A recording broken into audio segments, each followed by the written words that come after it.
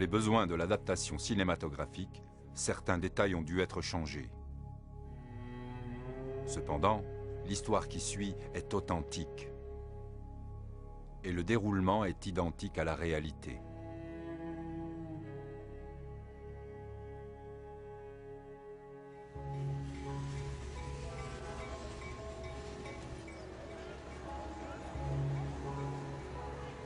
Ici, dans tous les voyages, nous faisons plusieurs arrêts en cours de route. Parfois, il y a des détours. Parfois, on est arrêté par des barrières. Mais parfois, on a aussi d'heureuses surprises. Vous vivez des instants que vous n'attendiez plus. Nous allons vous raconter un voyage de ce genre. C'est le voyage de ma vie. Mon nom est Dini Widianintias. Je ne suis pas une actrice. C'est de moi qu'il s'agit dans l'histoire qui suit. Je suis la vraie Dini. Commençons tout de suite ce voyage.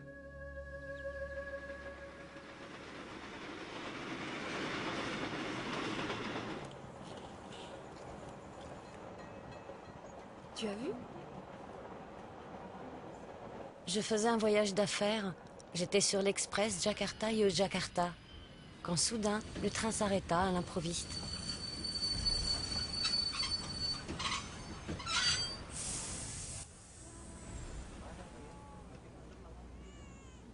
Qu'est-ce qui se passe encore? Est-ce que tu sais où nous nous trouvons? Non, mais on a passé la rivière. Excusez-moi, vous savez pourquoi on s'arrête? Ah non, je ne sais pas. Il y a peut-être des ennuis mécaniques, je vais demander. Et quand pourrez-vous nous le dire? Dès que j'aurai vu l'ingénieur, à plus tard. N'oubliez pas de me le dire. Ça va être long. On va passer la journée ici. Et sans climatisation, je parie. On n'aura plus d'air frais. On va mourir de chaleur. Qu'avez-vous aperçu? Pensez-vous qu'ils vont nous faire sortir ici, en pleine campagne? Figurez-vous. Quoi? Me figurer quoi? C'est par ici que je suis née. Oh, vraiment? Alors vous savez dans quel coin on est? Gombong. Gombong? Oh, c'est ennuyeux. Surtout que ma sœur m'attendait à la gare de Yogyakarta. À quelle heure on sera là? Si on y arrive. Où est passé ce contrôleur?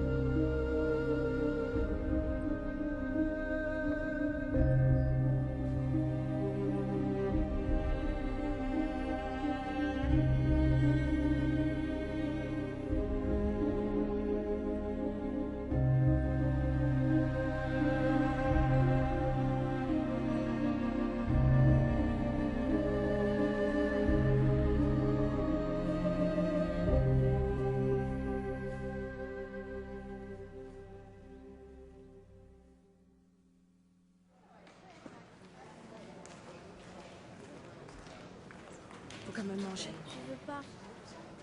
Non, je peux pas, j'ai envie de vomir. Sa famille est prévenue. Oui, on les a trouvés. On ira après. Vous êtes la famille de Tejo Kurniawan? Madame Tejo Kurniawan? Je suis Madame Tejo Kurniawan.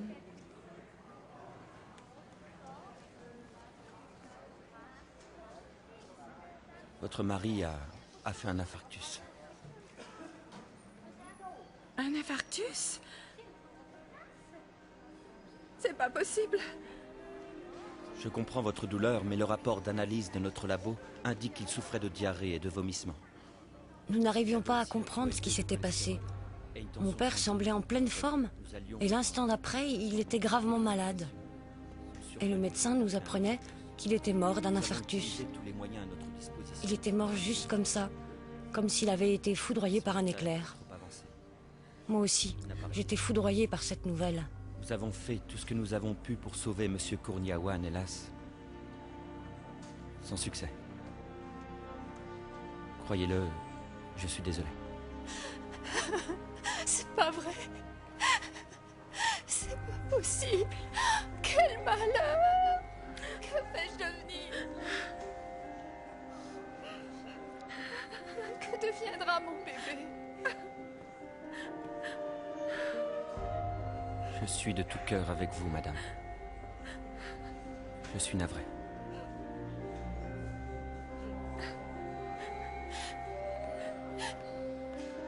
Ma pauvre petite, assieds-toi. Maman, c'est pas juste. Je peux pas accepter sa mort, je peux pas. Je sais pas ce que je vais devenir. Allons, Sundari. Ça va aller. Ça m'étonnerait. Allons. J'ai quelque chose de très grave à t'avouer. Tout va s'arranger. Mon père avait pris comme maîtresse ma tante Sundari, la sœur de ma mère.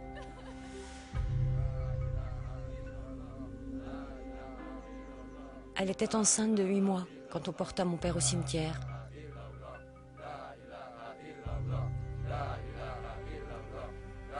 Mais pour moi, le pire, c'était que ma mère aussi était enceinte.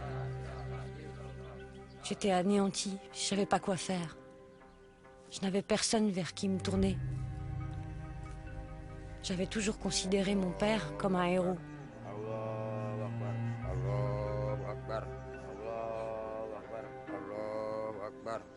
Mais ce jour-là, je lui en voulais. Je me sentais trompée.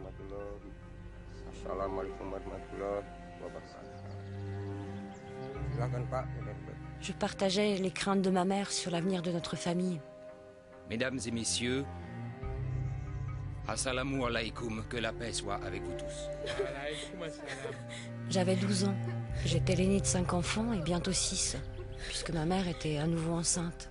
Nous sommes réunis ici aujourd'hui. Ma mère n'avait jamais travaillé hors de la maison.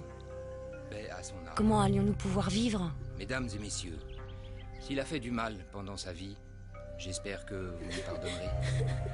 Je prendrai la responsabilité de tout ce qu'il a pu faire. Amen. Wassalamu alaikum, que Dieu vous bénisse et vous soit miséricordieux.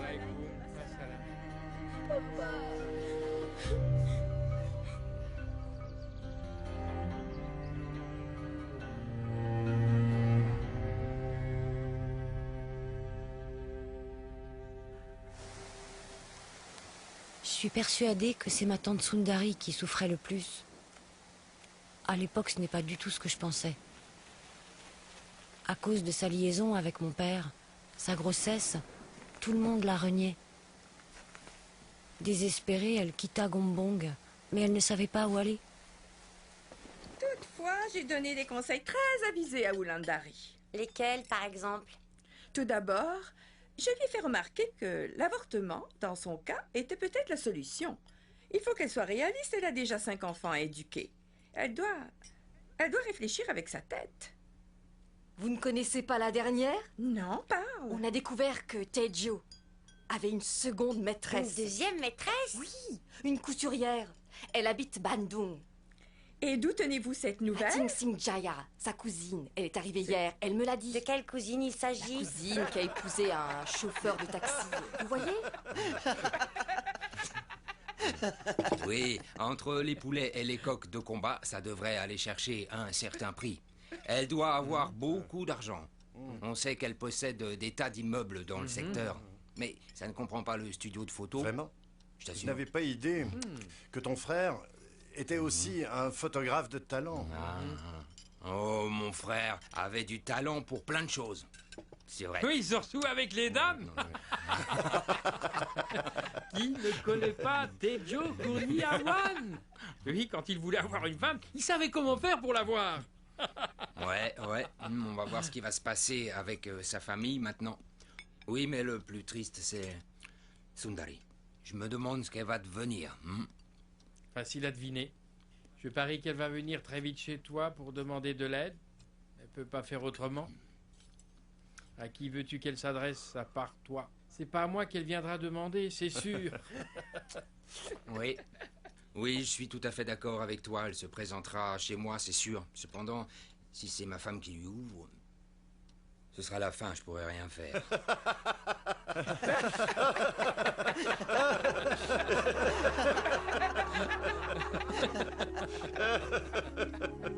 Les seules personnes sur lesquelles nous comptions vraiment pour nous aider se moquaient de nous et ce qu'ils disaient nous brisait le cœur. Tout s'écroulait autour de moi, je savais pas quoi faire. Je sentais au fond de moi que seul Dieu pouvait nous aider. Mais à ce moment-là, vous n'étiez qu'une enfant. Oui, je suis jamais revenue dans ce champ. Et puis enfin, la petite pension due à papa arriva. On a déménagé à Semarang. Ma mère avait ouvert une petite épicerie juste à côté de la maison dans l'espoir de gagner un peu d'argent. Mais elle n'arrivait toujours pas à joindre les deux bouts. Après un certain temps, elle décida de donner en adoption 2 de mes sœurs et un de mes frères. J'entendais aussi parler de tante Sundari. La vie était encore plus difficile pour elle. Après la naissance de son fils, elle s'était réfugiée à Sukorariu chez sa mère, ma grand-mère. 2 années passèrent, 2 années qui furent très difficiles. Oh, c'est belle, joli. Maman. Laisse-la dans l'eau.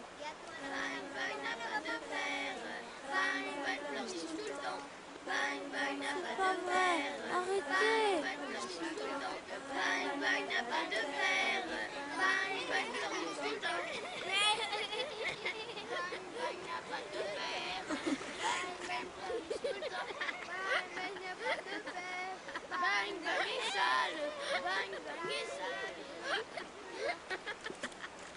Allez-vous-en, partez. Arrêtez de vous moquer de lui. Allez-vous-en. Hé, pourquoi vous ne dites rien? Ce sont vos enfants, non? Ah, bravo. Je vois que c'est comme ça que vous élevez vos enfants. Ce sont vos enfants qui sont des bâtards, pas mon fils. Hé, c'est toi la seule responsable des problèmes que tu as, alors n'accuse pas les autres. Personne t'a demandé de venir dans cette ville. Tu prétends quand même pas nous donner des leçons, hein? Nous savons très bien élever nos enfants. Et toi, qui t'a montré à coucher avec le premier homme venu? Qui a fait ton éducation? Nous, pour faire des enfants, on a attendu d'être mariés. Toi, tu sais même pas qui est le père. J'en suis certaine. Tu sais même pas qui est le père de ton fils.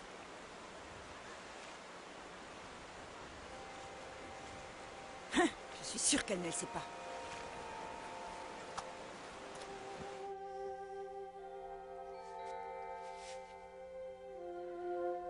Tante Sundari décida de quitter Socorariu avec Bambang. Comme elle n'avait nulle part où aller, elle est arrivée chez nous à Semarang. Je voulais pas qu'elle reste avec nous, mais ma mère, devant les supplications de sa sœur, accepta qu'elle vive sous notre toit. J'étais contre, car je trouvais que nous avions suffisamment d'ennuis comme ça.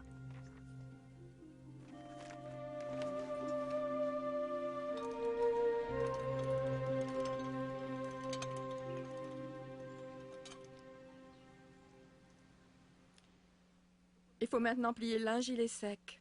Fiche le camp! Tu n'as pas à être là. Je t'ai dit de t'en aller. Je te déteste, je te supporte pas près de moi.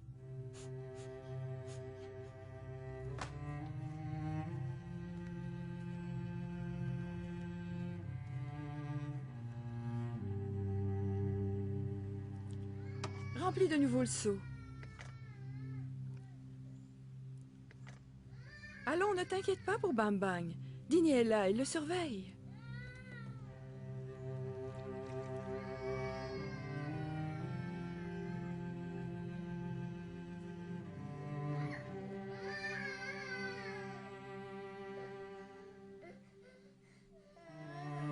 Allons, mon chéri, allons, oui, oui.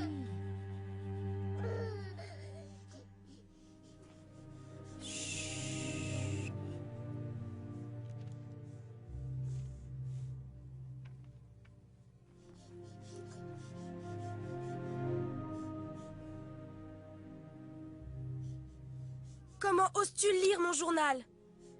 De quel droit tu te permets de le lire? Faut me le rendre. Apporte-le-moi.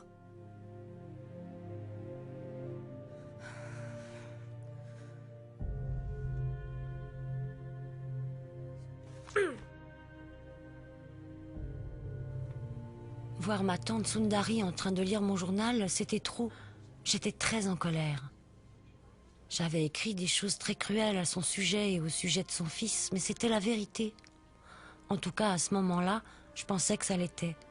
J'ai dit à ma mère que je ne pourrais jamais supporter de vivre avec eux et qu'elle devait choisir entre eux et moi. J'étais contente de les voir repartir pour Sukohario. J'étais tellement en colère contre eux. La vie continua. Je pensais plus à eux. J'étais en paix. Jusqu'au jour où j'appris que ma mère avait des projets de remariage. Et elle n'en avait parlé à personne de la famille. La colère faussait mon jugement. Je réfléchissais et me disais, pourquoi prier 5 fois par jour? Pourquoi ne pas tricher à l'école? Pourquoi ne pas faire tout ce que je veux? Puisque de toute façon, je n'irai pas au ciel, car je ne peux pas pardonner à ma mère. La colère m'aveuglait à tel point que je finis par conclure que la religion ne m'intéressait plus. Je n'en avais rien à faire d'être poli ou bien éduqué. Je voulais être libre. Je voulais faire ce que j'avais décidé.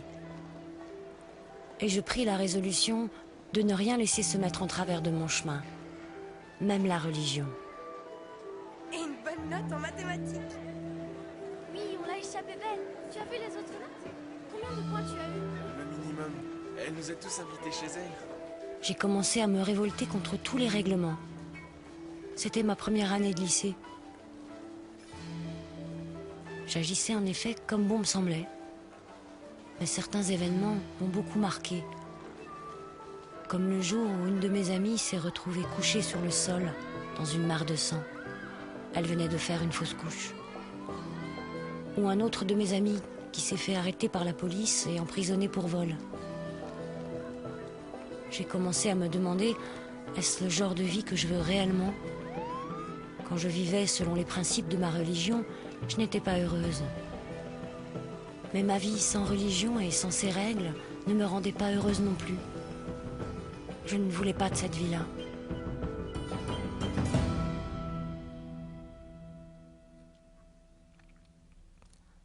Le Ramadan arriva et je me suis tournée de nouveau vers ma religion. Je me suis remise à prier. J'ai lu les livres religieux. J'ai lu le Coran.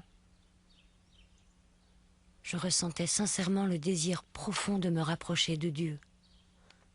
J'avais besoin de la paix qu'il pouvait m'apporter. Je cherchais cette paix.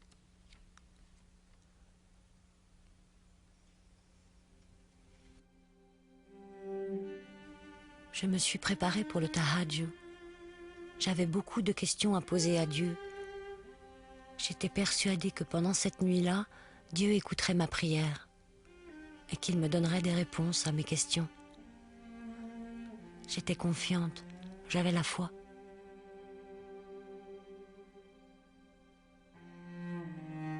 Allahu Akbar. Allahu Akbar. Je priais en récitant les versets que je connaissais par cœur. Assalam alaikum wa rahmatullah. Assalam alaikum wa rahmatullah. J'avais réellement le cœur brisé. Je suppliais Dieu de me répondre. Voilà. Tu sais que tout au fond de mon cœur, c'est à toi que je veux plaire et rien n'est plus important pour moi. Je te suivrai là où tu iras, alors montre-moi le sentier où je dois aller. Réponds-moi, je n'en peux plus. Je t'en prie. Si tu ne me montres pas le chemin que je dois suivre, ne me blâme pas des choix que je ferai dans les jours à venir. Ton silence signifiera que tu es d'accord pour que je vive comme je l'entends. Seulement, si tu décides de me montrer qui tu es vraiment et ce que tu me réserves dans cette vie, alors je peux te dire que je suis prête à t'obéir sans poser de questions, en toute confiance.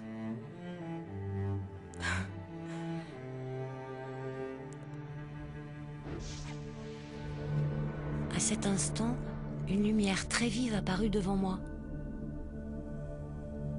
Elle prit la forme d'une silhouette, un homme vêtu d'une robe blanche. Je ne pouvais pas distinguer les traits de son visage, mais sa présence était empreinte de calme et de sérénité. Soudain, sans savoir comment, j'ai compris que j'étais devant Aïza. Il m'a dit « Suis-moi ». Dini, viens Dini, suis-moi. J'étais très perplexe. Je me disais « Je suis musulmane. Comment puis-je te suivre ? Tu es celui qu'on appelle le Dieu des chrétiens, le Dieu des infidèles, ceux qui ne connaissent pas Allah. » Il attendait que je vienne à lui. Mon visage ruisselait de larmes et j'ai fini par lui dire « Oh Dieu, si c'est le chemin de la vérité, alors je veux bien te suivre. » Je ressentais en moi une paix jusqu'alors inconnue. Je l'ai vu sourire. Il s'est retourné et doucement, il s'est éloigné. Mais avant de disparaître, il m'a regardé.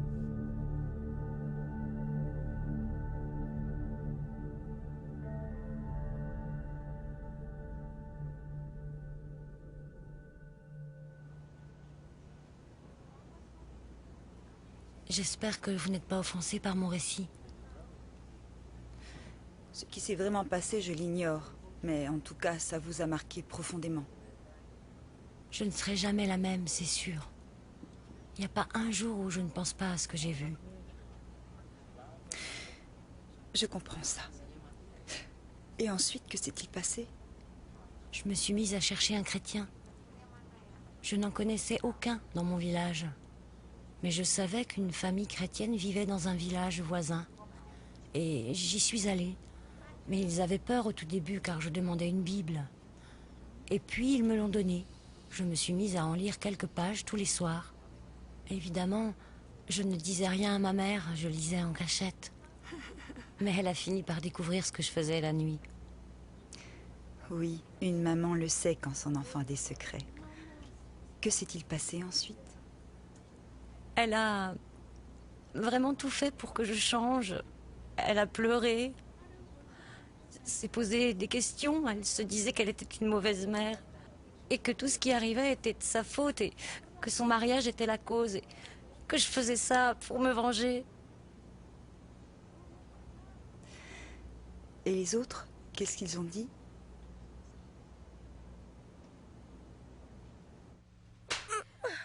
Tu es maudite! Tu ne fais plus partie de la famille à partir de maintenant! Arif, ne sois pas aussi dur. Donne-lui un peu de temps, elle finira par retrouver son bon sens. Du bon sens, il faudrait que cette petite idiote en ait! Cette affaire a été trop loin. Bien trop. C'est fini. J'ai fait une promesse à Dieu. Je lui ai dit que s'il me montrait le chemin à suivre, je ferais ce qu'il me demanderait.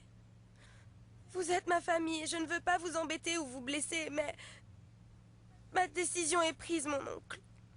Dini, ta mère ainsi que moi-même avons aussi pris notre décision.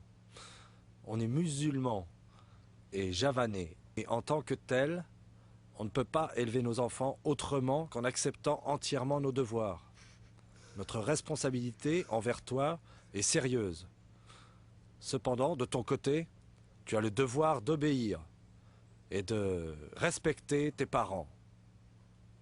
Si tu choisis de ne pas pratiquer la même religion, ça signifie que tu te prends en charge complètement.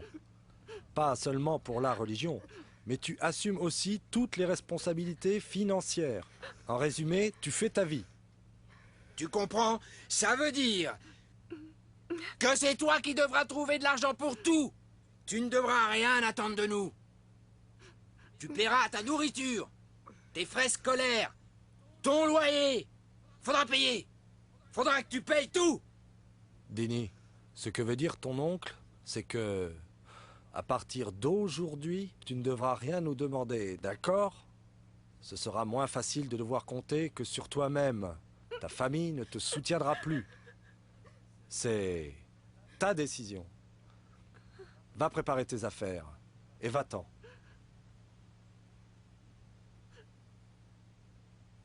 Fais vite.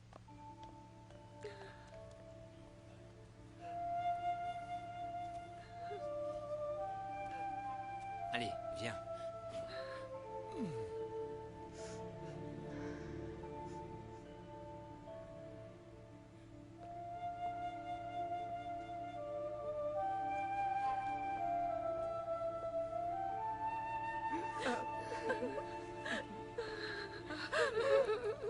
Je ne sais pas comment j'ai trouvé la force, mais j'ai quitté la maison et je me suis installée dans une autre ville appelée Solo. J'avais 16 ans.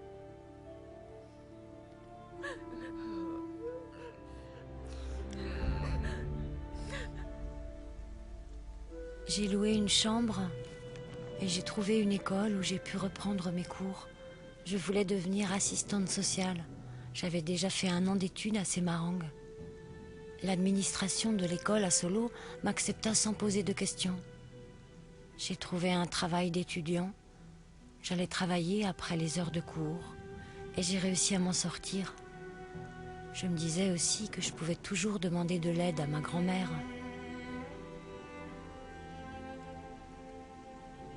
Je retournais à Semarang de temps en temps pour voir ma mère. J'ai vécu 3 ans à Solo. Quand j'ai obtenu mon diplôme d'assistante sociale, j'ai trouvé un travail à Semarang. Je suis donc retournée à Semarang. Au début, c'était difficile. Et peu à peu, la vie a repris son cours normal.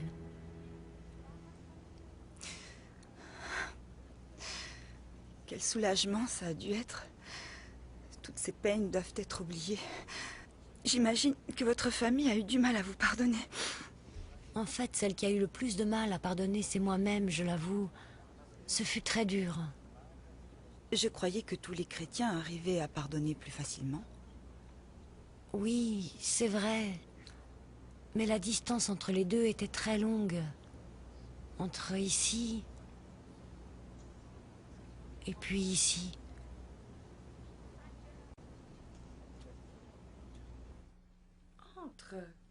Entre donc. Assieds-toi. Non, non, ça va. Tu as l'air épuisée. Non, je suis surtout inquiète. Au sujet de Bang Bang?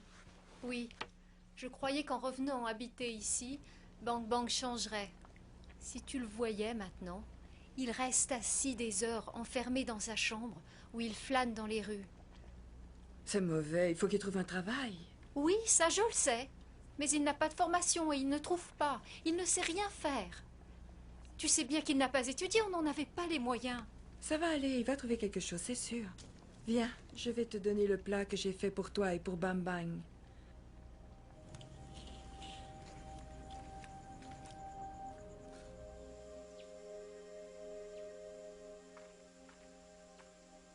Assalamu alaikum.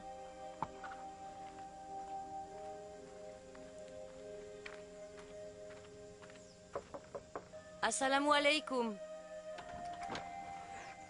Wa alaykoum assalam. Bonjour, je suis Dini. Tu es Dini? Oui, je suis Dini. Ta mère est à la maison? Elle est là.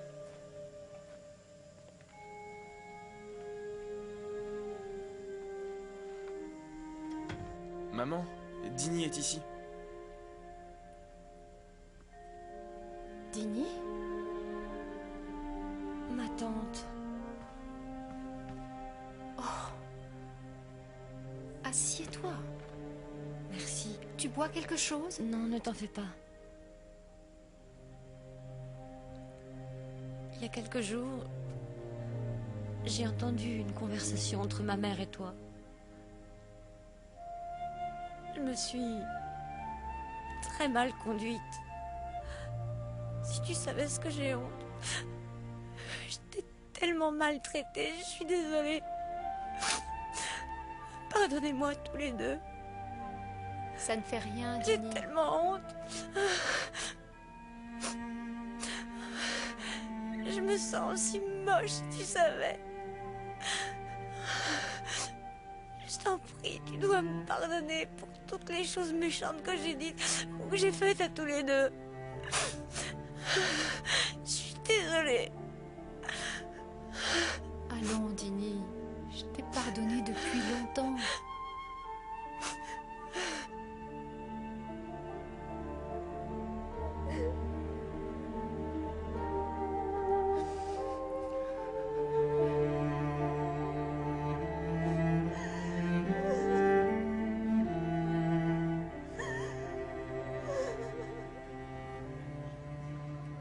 J'ai emmené Bambang à Jakarta.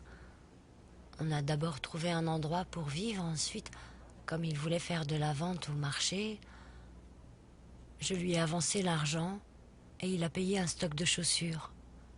Et après moins de 4 mois, il était sorti d'affaires. Aujourd'hui, où est-il? Il est à Jakarta. Il va bien.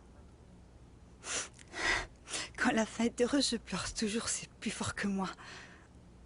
Oui, mais je n'ai pas fini, ça continue. Que s'est-il passé? La fin est encore mieux? Oui, une fin très heureuse. Il y avait une personne à qui je n'avais pas pardonné encore. Oui, ton oncle, celui qui t'a giflé. Si j'avais été là, il n'aurait pas levé la main sur toi. Non, lui, je lui avais pardonné depuis longtemps. C'est à mon père que je devais pardonner encore. Ton père? Mais il est mort quand tu étais une petite fille. En effet. Il m'a quittée, me laissant confuse et perplexe devant tant de questions. Et pleine d'amertume devant ses actions. Il m'a laissée avec des soucis trop graves pour une enfant. Mais tu lui as quand même pardonné depuis sa mort, non? Tu lui as pardonné il y a longtemps. Je viens de le faire.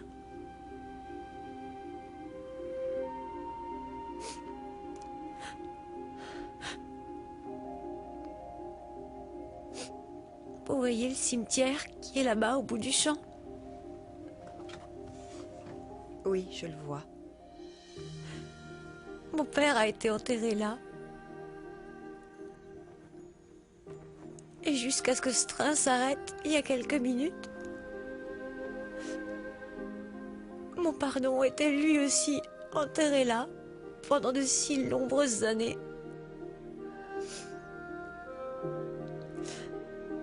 Oui, mais Dieu ne pouvait pas me laisser continuer à vivre de cette façon. Il est le Dieu d'amour, de pardon et de charité. Il nous apprend que si nous voulons que nos fautes soient pardonnées, nous devons d'abord accorder notre pardon à ceux qui nous ont fait souffrir.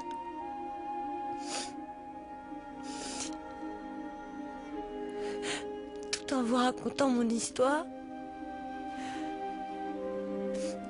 je me suis souvenu que mon père m'avait toujours montré qu'il m'aimait vraiment. Et moi aussi, je l'aimais profondément. On a passé de bons moments, vous savez. Et c'est ça que je dois me souvenir, que de ça. C'est comme si Dieu avait fait arrêter le train, uniquement pour toi. Oui, c'est aussi ce que je me disais. En réalité, c'est comme si tu connaissais Dieu intimement, comme si Dieu était un ami proche. Cette fois où il est venu à moi, il m'a dit de le suivre. Pour être franche, je n'ai pas toujours su où il m'emmenait, en fait. Oui, mais j'avais confiance.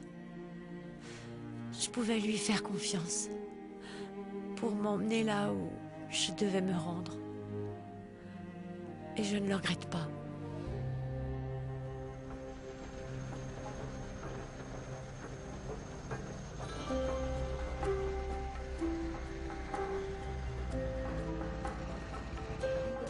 On dirait que le train avance. J'espère qu'il va pas s'arrêter. il est pas trop tôt. Ça y est, le train repart. Oui. Le train avance. Oui. On repart. Et l'air climatisé a fonctionné. Ils n'ont pas arrêté. Peut-être que ton histoire finit ici. Qui sait? Moi, je pense au contraire qu'elle commence. J'espère qu'elle se terminera dans le bonheur. Ça, ma chère, ce sera à vous seul de me le dire.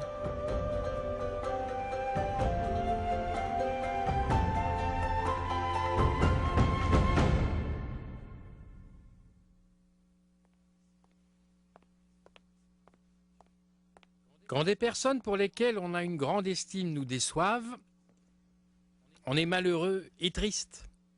Notre confiance en ces personnes s'évanouit immédiatement, car ils ne sont pas à la hauteur de notre admiration et ne méritent pas notre confiance.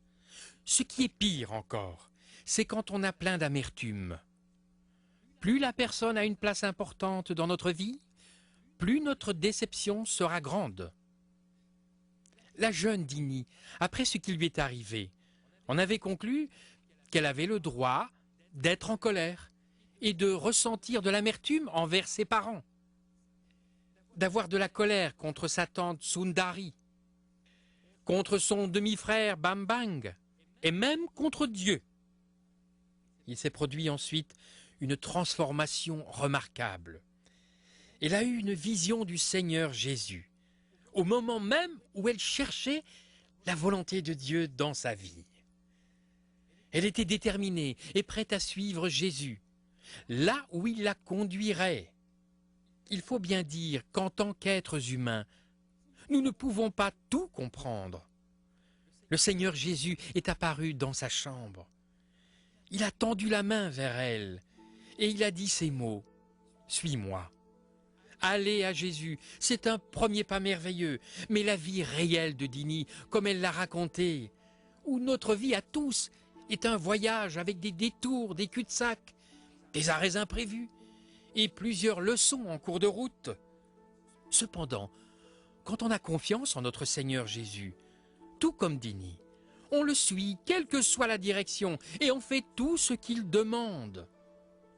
Pour Dini, les chemins empruntés ont été nombreux. Dans sa progression vers le christianisme, elle se rendit compte qu'un chemin particulier devait être parcouru de nombreuses fois. C'était le chemin du pardon. Ce chemin n'était pas facile à prendre. Mais Dini a réussi son voyage grâce à l'amour. Oui, l'amour. Pour Dini a été le moteur. Pas n'importe quel amour, mais l'amour qui vient de Dieu. Un amour inconditionnel. Dans le premier épître de l'apôtre Paul aux Corinthiens, au chapitre 13, il a écrit sur cet amour. Il commence par écrire que cet amour est bon et patient, qu'il n'est presque jamais en colère et ne se souvient pas du mal qu'on lui fait. Il espère et croit en toutes les choses. Il peut tout supporter, tout accepter. Cet amour est généreux. On peut toujours compter sur lui. C'est cette qualité d'amour que Dini cherchait même quand elle était révoltée. Elle en avait besoin de cet amour-là, quand sa famille l'avait renvoyée de chez elle parce qu'elle voulait devenir chrétienne. Elle en avait besoin pour pardonner à sa famille, principalement à son père disparu trop tôt, un père qu'elle vénérait. Chers frères et sœurs, vous voyez, c'est cet amour parfait que notre Père Céleste a pour vous. Il vous aime, tel que vous êtes. Quand Dini, en larmes, a supplié Dieu de lui montrer quel était le chemin, elle ne se doutait pas un instant que Jésus lui apparaîtrait dans une vision au cours de la nuit, où son amour la submergerait, où sa gloire se révélerait sans laisser de doute. C'est bien ce qui s'est passé. Jésus pourrait venir à vous dans un rêve ou dans une vision, mais le plus important est ceci. Dieu vous aime et il veut que vous deveniez son enfant par la foi en Jésus-Christ. Donc, que vous ayez eu ou non un rêve ou une vision, avec une apparition de Jésus, votre foi en lui vous sauvera. Il désire vous voir entrer dans sa belle et grande famille chrétienne, afin que votre voyage sur terre, arrivant à sa toute fin, vous puissiez vivre avec lui au ciel pour toujours. Êtes-vous prêt à ouvrir votre cœur à Jésus tel qu'il l'a fait à Dini en son temps? Si vous voulez recevoir Jésus-Christ en tant que votre seul sauveur, veuillez dire ces mots avec moi, nous allons prier ensemble. Notre Seigneur, nous croyons en Jésus, nous acceptons Jésus-Christ. Comme notre Dieu est sauveur, nous croyons qu'il est ton Fils unique. Seigneur, pardonne-nous tous nos péchés et fais de nous tes enfants, nous le désirons. Merci. Au nom de Jésus, Amen. Vous venez de recevoir la vie éternelle en Dieu. Maintenant, vous êtes un de ses enfants. Gloire à Dieu.